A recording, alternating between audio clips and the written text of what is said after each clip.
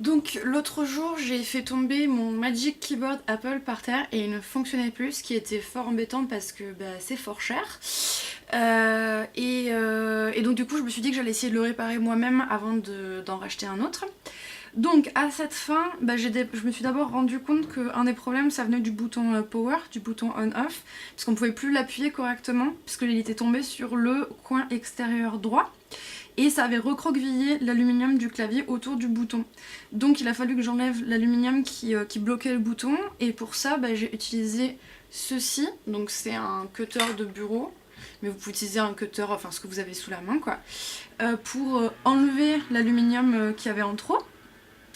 Et ça demande pas mal de force, c'est assez difficile.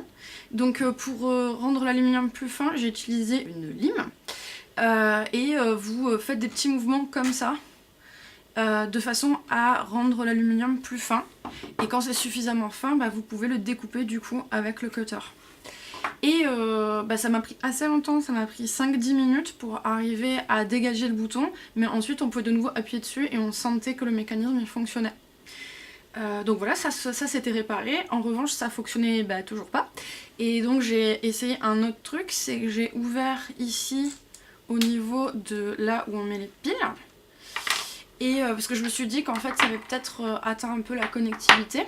Et du coup là ce que vous faites c'est que vous découpez un petit bout d'aluminium de 1 cm, un truc comme ça. Vous en faites une boule, pas besoin de la serrer beaucoup, et vous la mettez ici. Ensuite vous mettez les piles,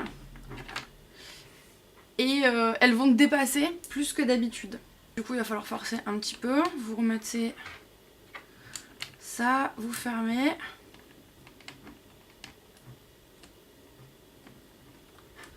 Hop, et miracle, ça fonctionne.